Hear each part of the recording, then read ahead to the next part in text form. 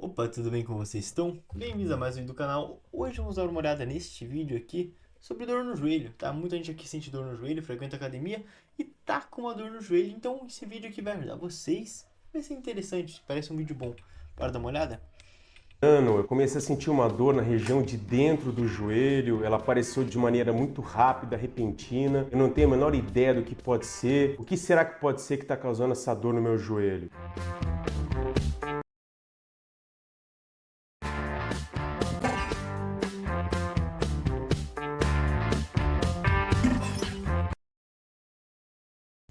Cara, eu tô em silêncio porque o vídeo tá começando. Meu Deus, não tenho muito o que falar, tá? Eu gosto de deixar.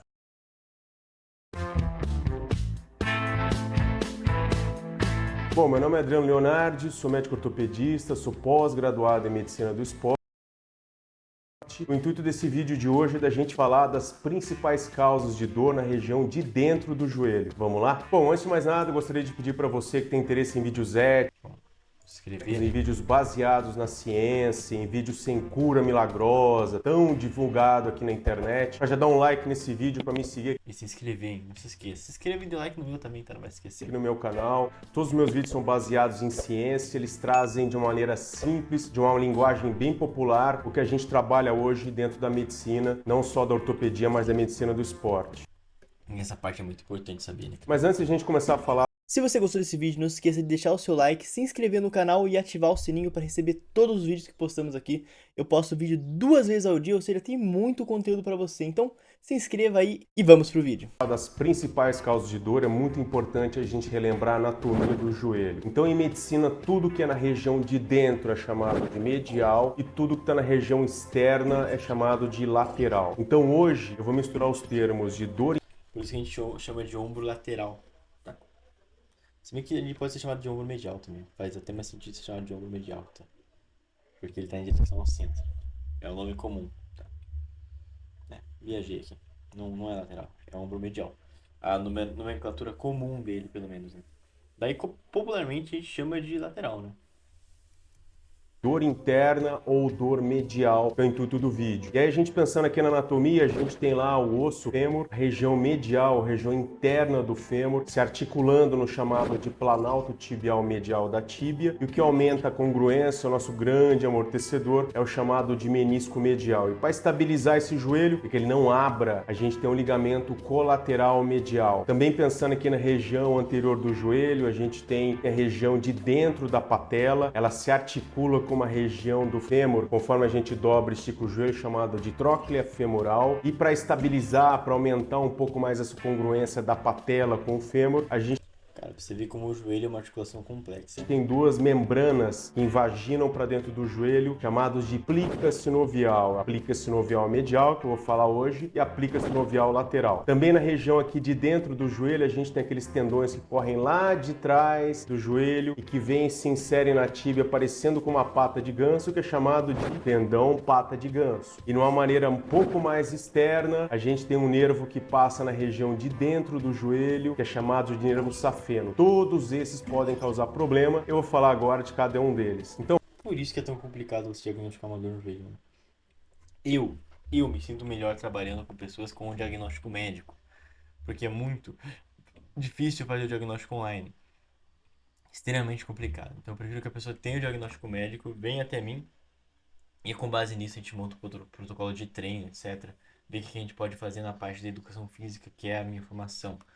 Ainda não sou físio, mas irei fazer fisioterapia também, porque é uma área que eu quero atuar junto com o treinamento e a parte dietética, que é o que eu já faço hoje em dia. Então, eu prefiro por enquanto trabalhar basicamente com diagnósticos médicos, que daí, pô, é muito difícil diagnosticar isso online. É extremamente complicado. Então, tendo o diagnóstico médico, fica extremamente mais fácil para fazer esse diagnóstico.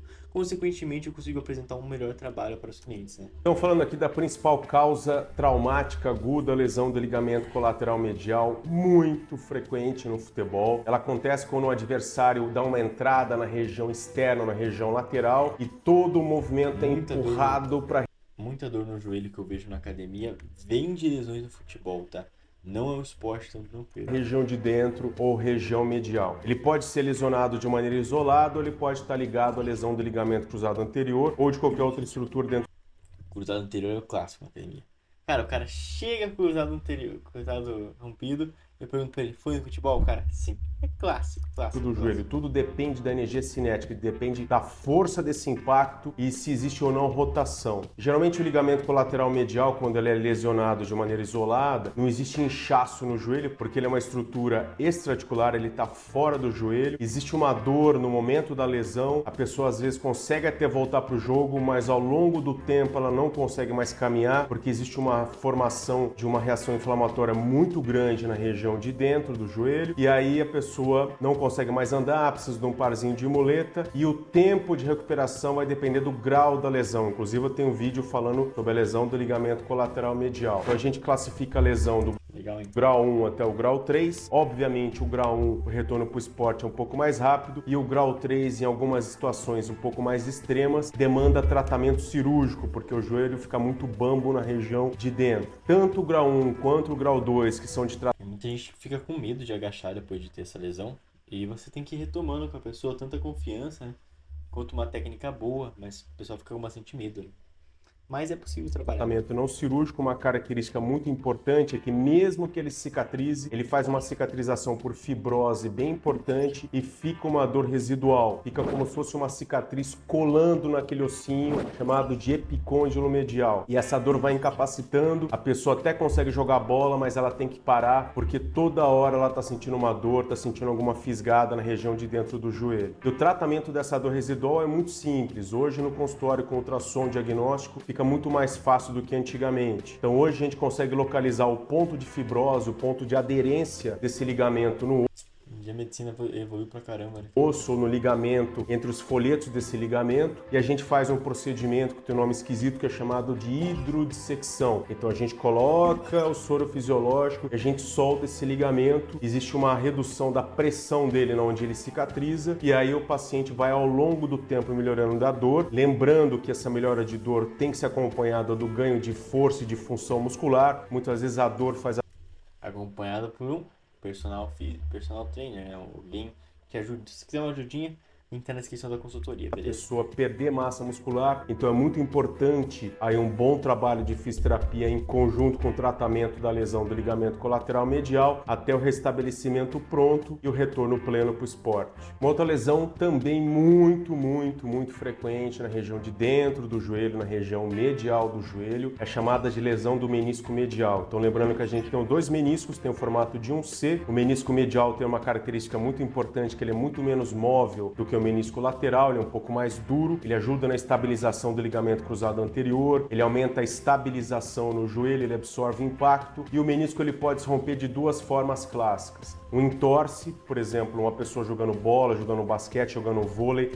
Esse é bem comum. Essa lesão do menisco pode ou não estar ligado à lesão do ligamento cruzado anterior, por exemplo. Essa lesão de menisco em pessoas mais jovens, ela demanda uma tentativa de sutura, uma tentativa de preservação do menisco, como eu já falei em diversos vídeos, e existe também a chamada lesão degenerativa. Quando a gente completa 40 anos, entre 40 e 50 anos de idade, todo o nosso corpo começa a sofrer algumas alterações, a gente começa a perder água, começa a ver as chamadas alterações do colágeno, e o menisco, de uma maneira mais leiga, ele começa a ficar um pouco mais frágil. Então, um movimento banal, como por exemplo se agachar, um serviço doméstico, uma rodadinha do joelho ao sair de um carro, por exemplo. Por isso que é bom manter o movimento, cara. Você não pode parar de treinar, não pode parar de se mover, cara. Se você para de se mover, isso é agravado ainda mais. O menisco pode se lesionar. Pode ser uma lesão que ele pula fora do lugar, que é chamado de lesão extrusa, ou pode ser uma lesão mais complexa. Então, uma característica importante da lesão de menisco degenerativa é que é uma dor que vem de repente, a pessoa não se lembra por que ela aconteceu. Geralmente, existe um inchaço muito grande no joelho. Esse inchaço é causado tanto por sangramento, quanto por reação inflamatória do menisco que está degenerado, quanto por sobrecarga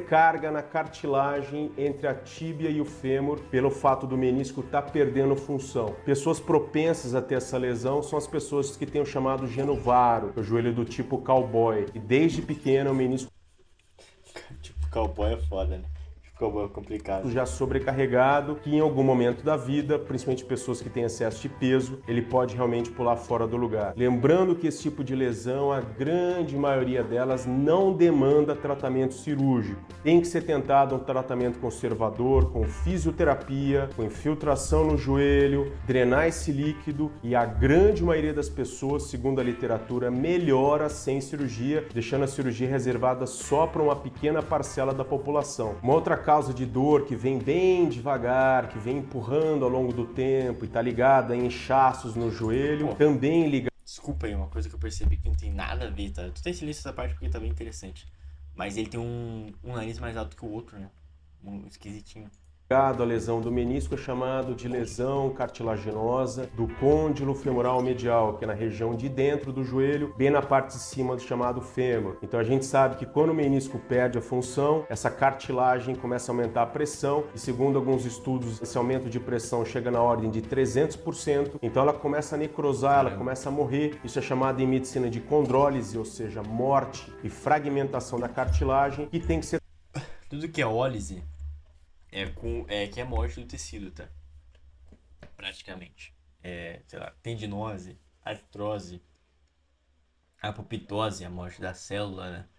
E tudo que é ose é meio que o tecido morreu. E tudo que é it é inflamação, praticamente. E tendinite, bronquite, artrite, sinusite. Olha só, legal, né? Bacana. Eu gosto dos nomes científicos porque normalmente eles fazem muito sentido, né? Eles não são tirados do nada. Eles não são que nem palavras que evoluem. Eles são cientistas que parou e pensou, putz, o brônquio tá inflamado. Qual que vai ser o nome? Bronquite. Olha só, fácil, né? Sei lá, tendão inflamado. Tendinite. Cara, simples, muito fácil. Não tem tipo o nome, sei lá, eu descobri a doença, eu descobri ali a tendinite, vai ser Gustavo, alguma coisa assim. Pamplonos, né? Vai ser Pamplonos, porque o sobrenome é meu Pamplona. Não vai ser Pamplonos, vai ser um nome bem mais fácil, né? Bem melhor assim, né? Ser tratado de maneira o mais rápida possível, tanto com medidas como, por exemplo, infiltração ou fisioterapia, e em casos extremos com cirurgia cartilaginosa, com técnicas regenerativas como, por exemplo, a membrana de colágeno, com técnicas de transplante como, por exemplo, a mosaicoplastia, e em alguns casos com chamada alteração de eixo. Mosaicoplastias, ele começa a colar com mosaico, assim. Ou seja, tirar o peso da região doente de dentro e jogar para a região de fora numa cirurgia chamada de osteotomia tibial valgizante. Também na região de dentro do joelho a gente tem a famosa tendinite da pata de ganso, e eu tenho um vídeo falando exclusivamente sobre essa doença. Então lembrando que toda vez que a gente tem uma tendinite no nosso corpo, ela está ligada à fraqueza ou disfunção da musculatura. Então o músculo ele tem que fazer um padrão de contração chamado de contração excêntrico. Se você quer um plano de treino e dieta individualizado montado para você, vou explicar rapidinho para quem tem curiosidade de saber como funciona. Você vai receber uma série de perguntas para sabermos os seus objetivos, como você está atualmente, e com base nisso eu vou te montar um treino e uma dieta e entregar para você. Vou te atualizar a cada 2 semanas, podendo substituir exercícios caso necessário, podendo substituir alimentos, e sempre vai ter meu WhatsApp ali para você mandar mensagem. Então o link tá aqui embaixo, preço super acessível e camarada para vocês.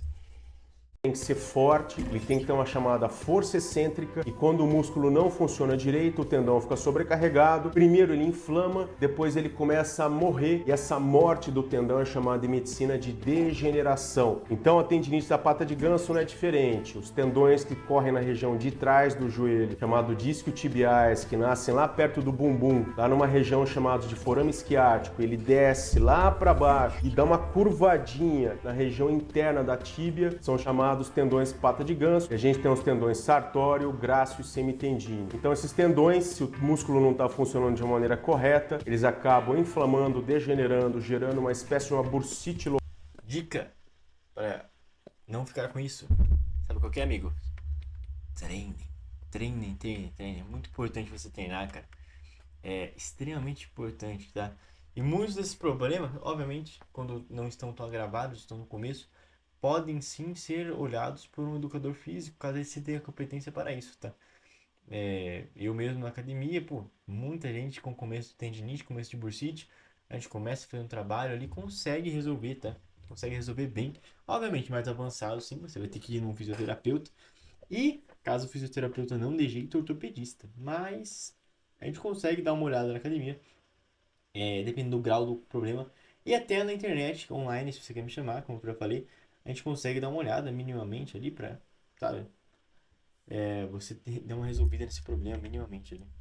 Localizada, e não adianta nada a gente tratar se a gente não souber fazer um bom trabalho de fortalecimento. Então é muito importante que o médico saiba identificar onde está o ponto de fraqueza, entregar para um fisioterapeuta que entenda da doença, fazer um bom trabalho de reabilitação e, em casos extremos em que o tendão está muito refratário à melhoria da doença, fazer a chamada infiltração guiada por ultrassom. Então o ultrassom é colocado na região de dentro do joelho, a gente entra com uma agulhinha, anestesia e faz o chamado drilling. O drilling é uma forma da gente perfurar o tendão, estimulando a regeneração Cara, eu odeio agulha, cara. Odeio agulha. dele e proporcionando a cura e o alívio dos sintomas da doença. E também na região de dentro do joelho, apesar de ser bastante frequente na população, não é tão bem diagnosticado, a gente tem a chamada síndrome da plica sinovial medial. Então o que é isso daí? Na região de dentro da nossa patela, para auxiliar o deslize daquela calha do fêmur, que é chamada de tróclea femoral, a gente tem uma membrana chamada de plica sinovial medial. Todo mundo nasce com a plica sinovial medial. Algumas pessoas com ela um pouco mais espessa, outras menos espessa, mas a síndrome geralmente é desencadeada naquelas pessoas que estavam sedentárias, que aumentaram muito o volume de treinamento. É bom aumentar aos poucos, né, cara? Tem um cliente meu na academia que aconteceu exatamente isso. Aumentou muito, começou na academia, boxe, Muay Thai e começou a correr.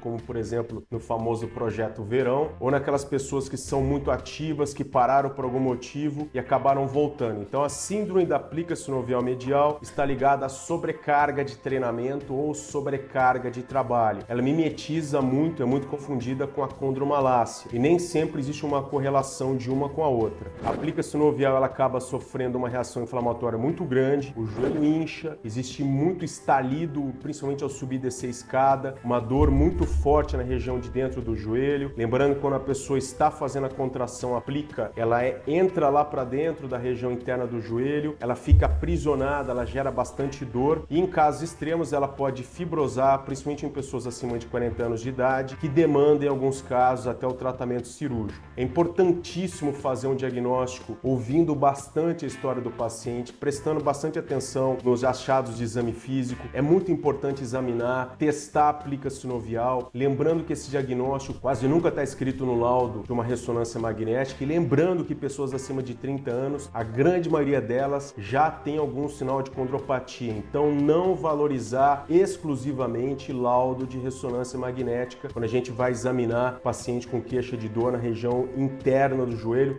Interessante isso aqui, hein? Interessante. Principalmente ligado à patela. E o tratamento da síndrome da plica sinovial medial está focado basicamente na chamada fisioterapia com ganho excêntrico da musculatura anterior do joelho, chamado de quadríceps. Então a função do quadríceps tem que ser melhorada, a patela tem que correr no trilho de uma maneira harmônica, ela não pode ficar pulando de um lado para o outro para não causar irritação da plica sinovial. Em casos extremos e muito desconforto, a gente também faz infiltração guiada por ultrassom. Antigamente a gente tirava a grande maioria das plicas, hoje em dia a gente deixa para uma parcela muito pequena da população e como eu disse, quando ela está fibrosada, a gente pode fazer uma artroscopia e fazer a remoção cirúrgica. E aqui uma causa com uma incidência É extremamente interessante essa parte da plica sinovial. Não fazia ideia, confesso para vocês. relativamente alta na população, chamado síndrome do aprisionamento do nervo safeno. Então o nervo safeno ele leva aquela informação sensitiva, a sensação do nosso toque da região interna da perna para o nosso cérebro. E esse caminho, esse nervo que leva essa sensação até o nosso cérebro pode ter uma interrupção em algum momento. Isso pode acontecer por traumas agudos, como por exemplo uma pessoa que cai e bate o joelho no chão, existe uma interrupção aguda dessa transmissão, um entorse, por exemplo, ou pessoas que aumentaram de ganho de massa muscular de uma maneira muito rápida, como por exemplo fisiculturistas. Então esse nervo ele acaba ficando preso, principalmente numa região chamada de canal dos adutores e vai causando chamada de dor neuropática, que é uma dor muito forte, não necessariamente ligado ao grau do traumatismo e na grande maioria das vezes quando a pessoa faz a ressonância magnética ou não existe nada ou o médico pode se confundir com alterações degenerativas, ou seja, alterações de envelhecimento do joelho e eventualmente o tratamento pode não ser muito bem sucedido. O tratamento da neurite envolve medicamentos, envolve o teste diagnóstico, ou seja, a gente coloca ultrassom na região de dentro do joelho, bloqueia o nervo, se a pessoa melhora da dor, isso mostra que realmente a dor dela está vindo do nervo safeno. grafeno. Em alguns casos é necessário a descompressão de maneira cirúrgica, geralmente realizada aí por microscópios e pela especialidade chamada de neurocirurgia. Pessoal, muito obrigado por ter assistido esse vídeo. Cara, ótimo vídeo, tá? Sei demais. Espero que vocês tenham gostado, um vídeo meio diferente aqui. Mas eu vi ele, cara, e decidi dar uma olhada. Porque, pô, muito legal. Gostei demais. E aí, vocês gostaram? Espero que sim. Vou ficando por aqui. Vejo vocês na próxima. E tchau.